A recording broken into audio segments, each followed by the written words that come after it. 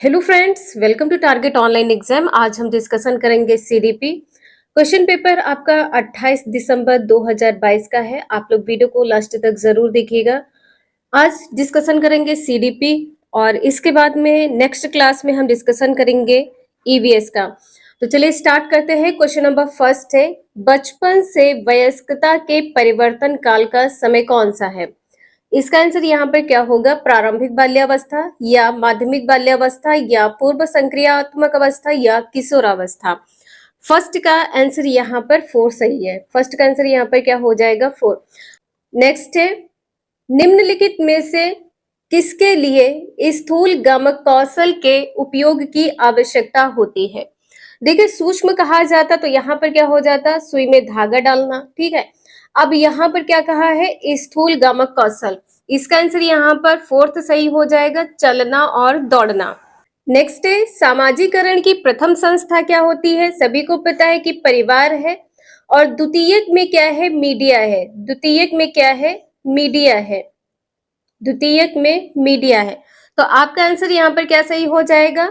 पहला। यहाँ पर आंसर आपका पहला सही हो जाएगा।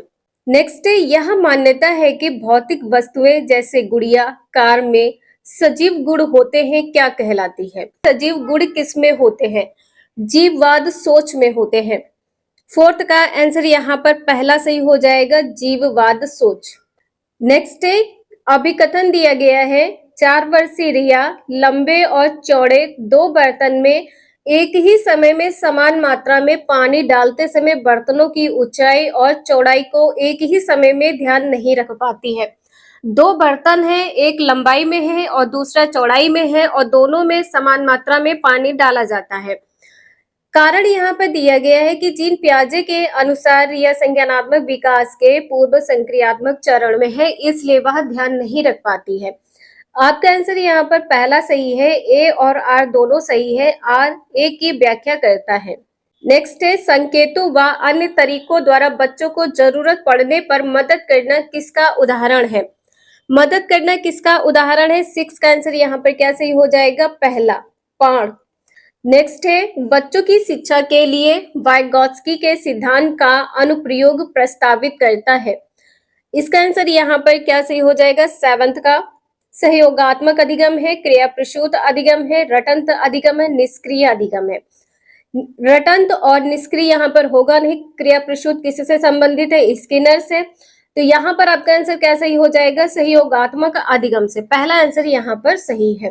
नेक्स्ट है, कोहल वर्ग के नैतिक विकास के किस चरण में व्यक्ति अपने व्यवहार के परिणाम के बजाय दूसरों की अपेक्षा अनुसार कार्य करता है? दूसरे की अपेक्षा अनुसार कार्य करना क्या कहलाता है? 8th का आंसर यहाँ पर 3rd सही हो जाएगा, परंपरागत चरण कहलाता है। नेक्स्ट है, एक प्रगतिशील कक्षा कैसी होनी चाहिए? सभी को पता है, प्रगतिशील जो कक्षा होती है विद्यार्थी केंद्रित होनी चाहिए। 9th का आंसर यहाँ पर 4th सही है। प्रगतिशील कक्षा कैसी होनी चाहिए? विद्यार्थी केंद्रित। नेक्स्ट है, रेनू एक विद्यालय में परामर्शदाता है। हार्वर्ड गार्डनर के सिद्धांत के अनुसार प्रभावी परामर्शदाता के रूप में उसमें कौन सी बुद्धि होनी चाहिए? दूसरों को परामर्श देती है। तो यहाँ पर आपका आंसर 10th का क्या सही हो जाएगा? 3rd, पारस्परिक अंतरवैयक्तिक। इसका आंसर यहाँ पर 3rd सही है। नेक्स्ट है, शिक्षा नीति 2020 के अनुसार एक शिक्षक को शिक्षण अधिगम प्रक्रिया के दौरान प्राइमरी स्कूल के बच्चों से संप्रेषण करने के लिए किस भाषा का प्रयोग करना चाहिए? केवल वाले पॉइंट यहाँ पर देखिए गलत है। ठीक है, यहाँ पर क्या हो जाएगा? बच्चों की मातृभाषा का। राष्ट्रीय शिक्षा नीति 2020 क्या कहती है कि बच्चों को उनकी मातृभाषा में संप्रेषण करना चाहिए या शिक्षा देनी चाहिए। नेक्स्ट है, 5 साल की वैशाली ने अपनी माँ से कहा, मुझे अमित की तरह फुटबॉल चाहिए। वैशाली को जवाब देते हुए इसकी माँ ने कहा, फुटबॉल तो केवल लड़के खेलते हैं, मैं तुम्हारे लिए एक छोटी सी प्यारी सी गुड़िया लाऊंगी। माँ का जवाब क्या दिखाता है? माँ का जवाब यहाँ पर क्या दिखाता है? 3rd आंसर यहाँ पर सही हो जाएगा, लिंग रूढ़वादिता को दर्शाता है। नेक्स्ट है, बच्चों का नामीकरण व उन्हें वर्गों में बांटना अर्थपूर्ण सीखने को बढ़ावा देगा व सुसाधित करेगा। बच्चों के समूह में हीनता और सीखने की लाचारी को जन्म देगा। यह सभी बच्चों के अधिगम की जरूरतों को पूरा करने के लिए एक सकारात्मक रणनीति है। यह बच्चों के आत्मसम्मान और प्रदर्शन पर कोई प्रभाव नहीं पड़ेगा। 13 का आंसर यहाँ पर दूसरा सही हो जाएगा। बच्चों के समूह में हीनता और सीखने की लाचारी को जन्म देगा। बच्चे को उनके नाम के आधार पर, उनके वर्ग के आधार पर यदि बांट देंगे तो बच्चे में हीन भावना विकसित हो जाएगी। नेक्स्ट है सतत व समग्र मूल्यांकन के मायने क्या है। विद्यार्थियों की एक दूसरे से तुलना करना, कभी भी बच्चे की तुलना नहीं करनी है, इसे ध्यान रखिएगा। यहाँ पर कहा गया है केवल शैक्षिक गतिविधियों के आधार पर बच्चों के प्रदर्शन का मूल्यांकन करना, यह भी पॉइंट यहाँ पर गलत है। साल के अंत में बच्चों का मूल्यांकन करना, उनकी अगली कक्षा में पदोन्नति का निर्णय लेने के लिए मूल्यांकन करना, यह भी पॉइंट यहाँ पर गलत है। 14 का आंसर यहाँ पर क्या सही हो जाएगा, दूसरा। बच्चे के व्यापक विकास से जुड़ी सभी स्कूली गतिविधियों के आकलन के सभी पहलुओं को शामिल करना, दूसरा आंसर यहाँ पर सही है। नेक्स्ट है प्रभावी शिक्षक कक्षा में शिक्षण अधिगम की प्रक्रिया में अक्सर जांच करने वाले प्रश्नों का प्रयोग करते हैं। इससे शिक्षक को किस प्रकार का मूल्यांकन करने में मदद मिलेगी। 15 का आंसर यहाँ पर दूसरा सही हो जाएगा, रचनात्मक मूल्यांकन। योगात्मक मूल्यांकन, ये पॉइंट यहाँ पर गलत है। मानकीकृत, ये भी पॉइंट यहाँ पर गलत है। मानक संदर्भी मूल्यांकन, ये भी पॉइंट यहाँ पर गलत है। नेक्स्ट है एक समावेशी कक्षा में शिक्षिका की क्या भूमिका होती है। यहाँ पर देखिए केवल कुछ खास विद्यार्थियों पर ध्यान देना, ये पॉइंट यहाँ पर गलत है। अब यहाँ पर कहा गया है कि अकादमिक क्षमता के आधार पर बच्चे को पृथक करना, ये भी पॉइंट यहाँ पर गलत है। खास जरूरतों वाले बच्चों को विशेषज्ञ के पास भेजना व सुनिश्चित करना कि उन्हें अलग संकाय में पढ़ाया जाए, ये भी पॉइंट यहाँ पर गलत है।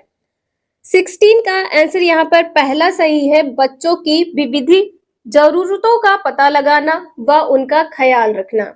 नेक्स्ट है विविध समूह के विद्यार्थियों के शिक्षण के दौरान एक शिक्षिका को क्या ध्यान में रखना चाहिए। देखिए यहाँ पर क्या कहा गया है कि सांस्कृतिक विभिन्नताओं को अनदेखा करना, ये पॉइंट यहाँ पर गलत है। यहाँ पर कहा गया है कि अप्रत्यक्ष निर्देश देना, मतलब आप सामने से निर्देश नहीं दे रहे, पीछे से निर्देश देंगे, ये भी पॉइंट यहाँ पर गलत है। तो आपका आंसर यहाँ पर क्या सही हो जाएगा, थर्ड। पहला, तीसरा और पांचवा, पहला, तीसरा और पांचवा, ये 3 पॉइंट यहाँ पर सही हैं। नेक्स्ट है एक विद्यार्थी जिसे दृष्टि बाधिता है कि विशिष्ट जरूरतों के लिए एक शिक्षक को क्या करना चाहिए। विविध तरह के दृश्यिक प्रस्तुतिकरण पर ध्यान देना चाहिए। कई प्रकार की स्पर्शनीय और हस्त कौशल सामग्री का उपयोग करना चाहिए। बहुत सी मूक फिल्में दिखानी चाहिए। बहुत सी संरचित वर्कशीट जिसमें चित्र हो देनी चाहिए। यहाँ पर आपका आंसर क्या सही हो जाएगा, 18 का दूसरा आंसर यहाँ पर सही है। कई प्रकार की स्पर्शनीय, जो बच्चा छू सके, और हस्त कौशल सामग्री का उपयोग करना।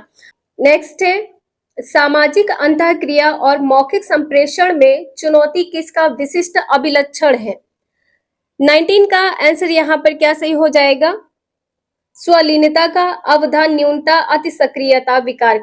पठन वैकल्य है या गुणन वैकल्य है। तो सामाजिक अंतःक्रिया और मौखिक संप्रेषण में चुनौती किसका विशिष्ट अभिलक्षण है, स्वलीनता का। पहला आंसर यहाँ पर सही है। नेक्स्ट है शिक्षक बच्चों को विभिन्न रंगों वाली चिकनी मिट्टी देकर कहती है कि उसके मन में जो आता है वह बनाए। इसके माध्यम से वह बच्चों में डैश को बढ़ावा देना चाहती है। रटना यहाँ पर होगा नहीं, असहयोग यहाँ पर नहीं होगा, अनुशासनहीनता भी यहाँ पर नहीं होगा, सृजनात्मकता। बच्चे अपने अपने तरीके से, जो बच्चे क्रिएटिव माइंड के हैं वो अपने अपने माइंड के हिसाब से बच्चे मिट्टी का प्रयोग करेंगे। नेक्स्ट है बचपन के प्रारंभिक सालों में किसके विकास पर ध्यान केंद्रित करना चाहिए। इसका आंसर यहाँ पर क्या सही हो जाएगा, 21। थर्ड आंसर यहाँ पर सही है। पहला, दूसरा, तीसरा और चौथा।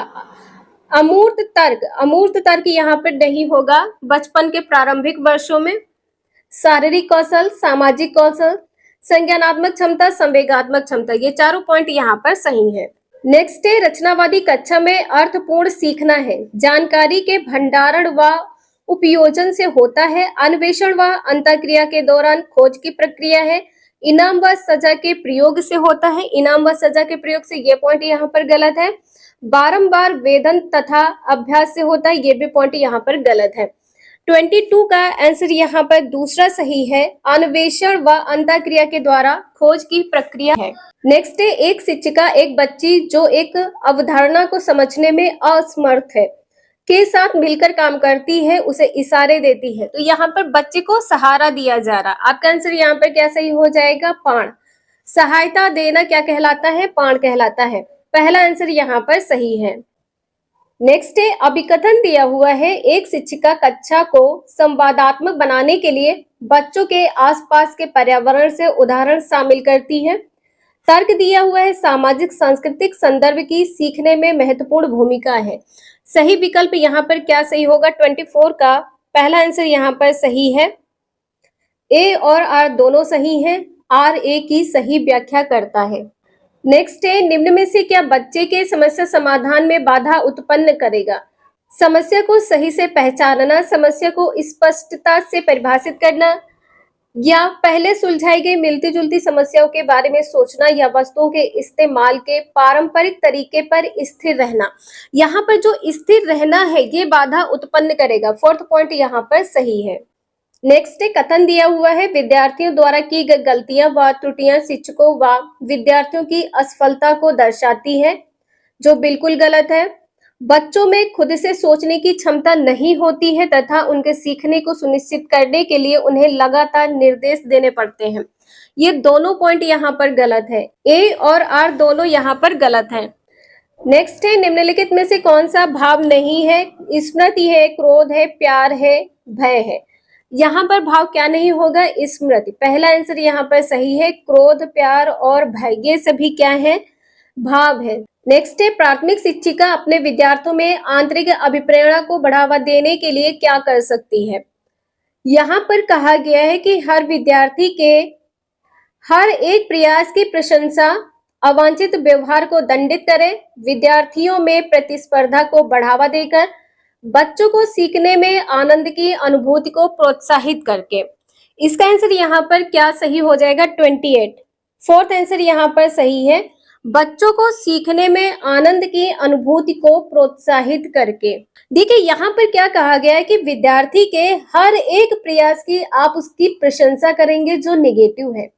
अवांछित व्यवहार को दंडित करें, ये पॉइंट यहाँ पर गलत है। प्रतिस्पर्धा को बढ़ावा देना, ये भी पॉइंट यहाँ पर गलत है।